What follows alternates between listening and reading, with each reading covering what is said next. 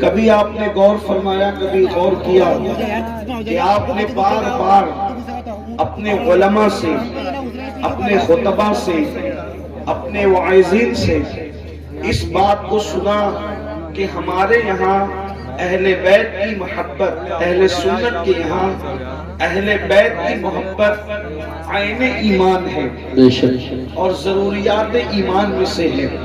یعنی جب تک آپ کے دل میں اہل بیت کی محبت نہ ہوگی اس وقت تک آپ مومن نہیں ہو سکتے.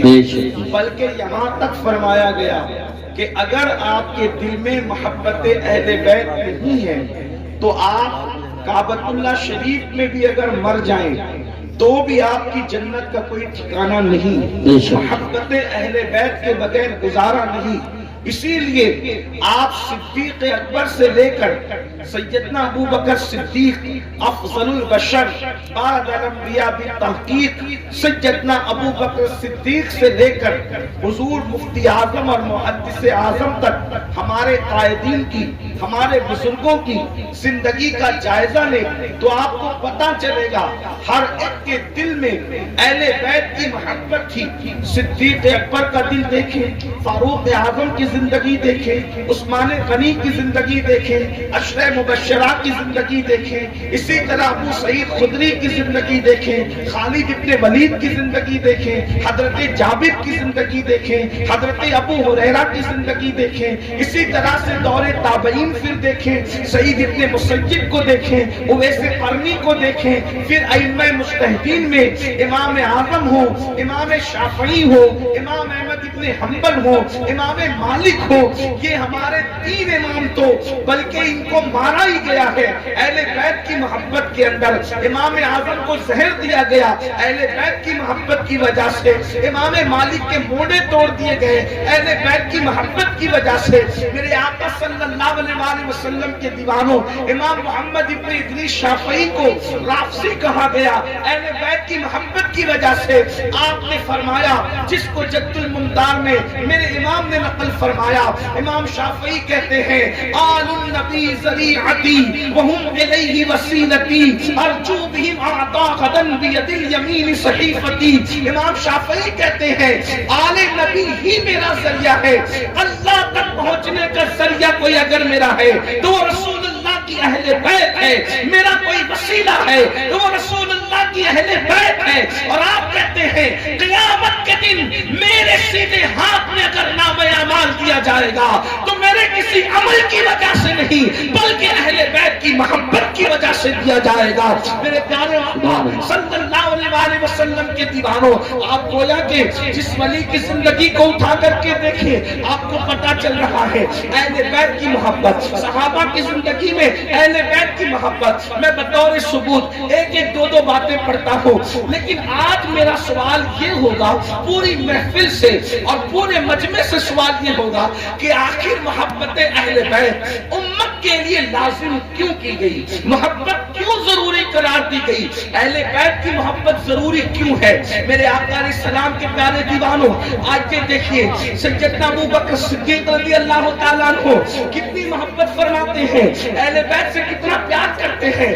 آپ فرماتے ہیں ارقبوا محمدا فی اہل بیتی، کہ محمد الرسول اللہ صلی اللہ علیہ وآلہ وسلم کا جس طرح ہم احترام کرتے تعظیم کرتے ہیں بالکل اسی طرح رسول اللہ کی اہل بیت کی تعظیم کی جائے.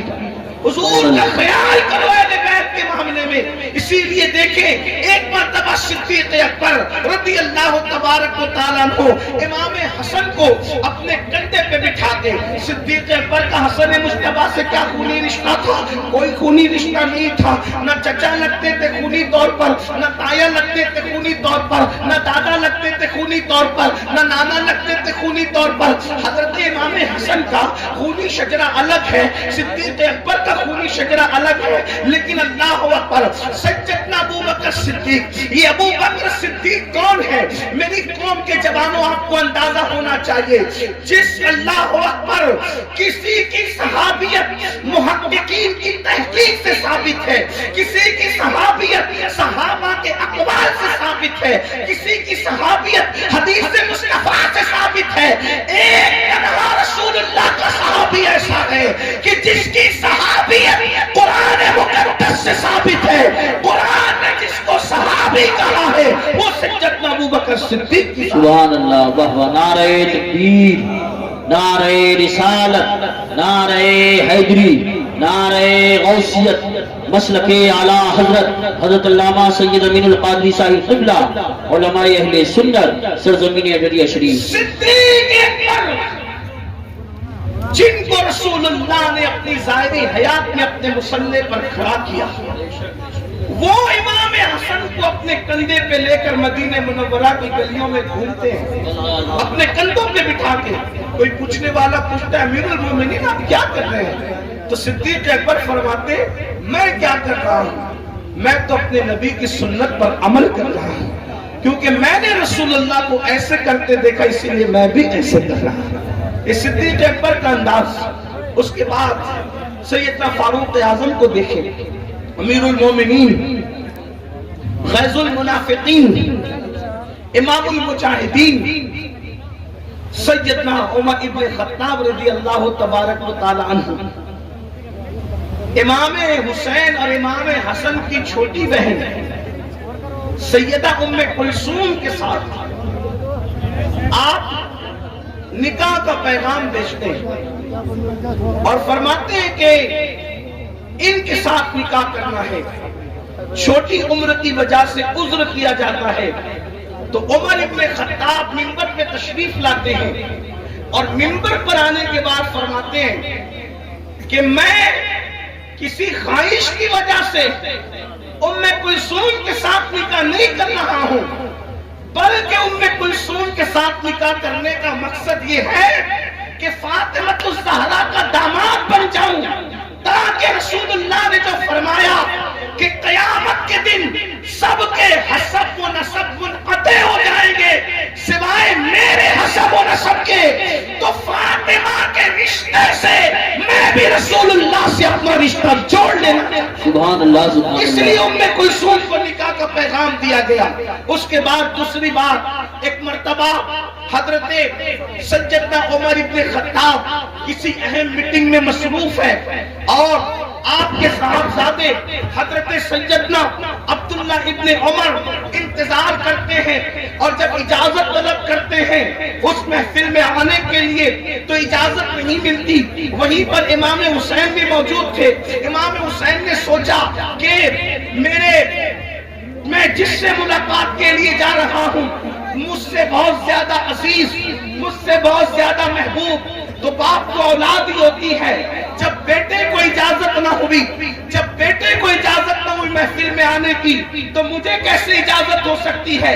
امام حسین محفل میں آئے بغیر وہیں سے واپس تشریف لے گئے. جب واپس گئے کچھ دنوں کے بعد امیر المومنین فاروق اعظم کی ملاقات جب امام علی مقام سے ہوئی تو فرمایا شہزادے حسین بہت دن ہو گئے آپ ملاقات کے لیے آئے نہیں، آپ ملتے نہیں. امام حسین نے فرمایا امیر المومنین ملنے کے لیے آیا تھا لیکن آپ کو میں نے دیکھا مصروف، آپ نے اپنے بیٹے کو اجازت نہ دی، بیٹا انتظار میں کھڑا تھا تو میں نے سوچا جہاں بیٹا منتظر ہو اور بیٹے کو اجازت نہ ملے وہاں حسین کو کیسے اجازت ملے گی؟ اس لیے کہ اولاد جو ہے وہ باپ کو اوروں سے زیادہ محبوب ہوتی ہے. تو فاروق اعظم رضی اللہ تعالیٰ عنہ نے فرمایا حسین وہ عبداللہ اور ہے اور تم اور ہو، تم ابن رسول ہو اور تم یہ سوچتے ہو کہ عبداللہ کو اجازت نہ ملی تو آپ کو کیسے اجازت مل سکتی ہے؟ آپ نے اپنا امامہ شریف اتار کر کے اپنے بال پکڑ کر کے فرمایا واللہ ہمارے سروں میں جو بال ہے یعنی جو عزتیں ملی ہے وہ بھی تم اہل بیت کے صدقے میں. سبحان اللہ. نعرہ تکبیر، نعرہ رسالت، نعرہ غوثیت، مسلک اعلیٰ حضرت علماء اہل سنت حضرت علامہ سید امین القادری صاحب قبلہ سرزمین دریا شریف. سبحان اللہ سبحان اللہ. حالانکہ صحابہ کرام میں صدیق اکبر کے بعد سب سے بلند مرتبہ فاروق اعظم کا ہے. اسی طرح آپ نے سنا ہوگا حضرت سیدنا ابو ہریرہ رضی اللہ تعالیٰ عنہ کی بات کہ حضرت ابو ہریرہ امام علی مقام سے ایک ملاقات میں اپنے امامے کے شملے سے حضرت امام حسین کے تلووں کی مٹی صاف کرتے ہیں اور آپ کے جوتیاں سیدھی کرتے ہیں. کون؟ حضرت ابو ہریرہ. عمر میں بڑا فرق ہے. ابو ہریرہ کی داڑھی سفید ہو چکی ہے، امام علی مقام کی داڑھی کالی ہے. یہ ساری چیزیں کبھی آپ محسوس کرتے ہیں؟ کبھی سوچا آپ کہ یہ لوگوں نے محبت کی اور ہم پر قیامت تک اہل بیت کی محبت فرض ہے. امام شافعی کہتے ہیں جس کو جنت مختار میں امام اہل سنت نے لکھا یا اہل البیت رسول اللہ حبکم فرض من اللہ فی القرآن انزلہ یکفیکم من عظیم الفخر انکم من لم یصلی علیکم لا صلاة لہ. کہ اے رسول اللہ کی اہل بیت، تم لوگوں کی محبت کو اللہ نے قرآن میں ہم پہ فرض کیا ہے. یعنی قرآن میں فرض کر دی گئی ہے محبت اہل بیت. اور فرمایا کیا یہ فخر تمہارے لیے کافی نہیں ہے کہ اس وقت تک کہ ہماری نمازیں مکمل نہیں ہوتی جب تک ہم اہل بیت پہ درود نہیں پڑھ لیتے. اللہ کے رسول علیہ السلام نے جگہ جگہ اہل بیت کا ذکر کیا. خطبہ حجۃ الوداع میں فرمایا کہ میں تمہارے درمیان دو بھاری چیزیں چھوڑ کے جا رہا ہوں، ایک قرآن ہے اور دوسری میری اہل بیت ہے. فرمایا جب تک دونوں کو پکڑے رہو گے کبھی گمراہ نہیں ہوں گے. میرے آقا علیہ السلام کے پیارے دیوانوں، اے میری قوم کے جوانوں، کیا اللہ کے رسول علیہ السلام اپنی اولاد کی محبت کی وجہ سے ہم پہ یہ فرض کر کے گئے؟ اپنی اولاد کی محبت کی وجہ سے ہم پہ لازم کر کے گئے؟ اگر آپ باریک بینی کے ساتھ دیکھیں گے تو اب اصل جو گفتگو آپ کو سمجھنے کی کوشش کرنا ہوگا. میں اپنے سب بھائیوں سے گزارش کرنا چاہتا ہوں، آپ لوگ مجھ سے بہت محبت کرتے ہیں، میں آپ کی محبت کی قدر کرتا ہوں، لیکن اگر آپ چپ رہ کر خاموش رہ کر آنے والی گفتگو سنیں گے تو مجھے زیادہ خوشی ہوگی. اب آپ توجہ کرنا، ماں اور بہنوں کی بھی توجہ چاہتا ہوں. دیکھو ہر باپ چاہتا ہے کہ اولاد سے میں محبت کرتا ہوں، میری اولاد سے دوسرے ہی محبت کرے، لیکن اللہ کے رسول علیہ السلام نے اپنی اولاد کی محبت کو صرف اولاد ہونے کی وجہ سے لازم نہیں قرار دیا، بلکہ میرے آقا نے اس کو عبادت کے درجے میں رکھا. اللہ کے رسول نے اس کو عبادت کے درجے میں رکھا، بلکہ یہاں تک فرمایا، ترمذی شریف کی حدیث سے یہاں تک بات ثابت ہوتی ہے کہ جن لوگوں کے دل میں اہل بیت کی محبت ہوگی، اللہ کے رسول جنت کے جس درجے میں ہوں گے، رسول اللہ کی اہل بیت سے محبت کرنے والے اسی درجے میں.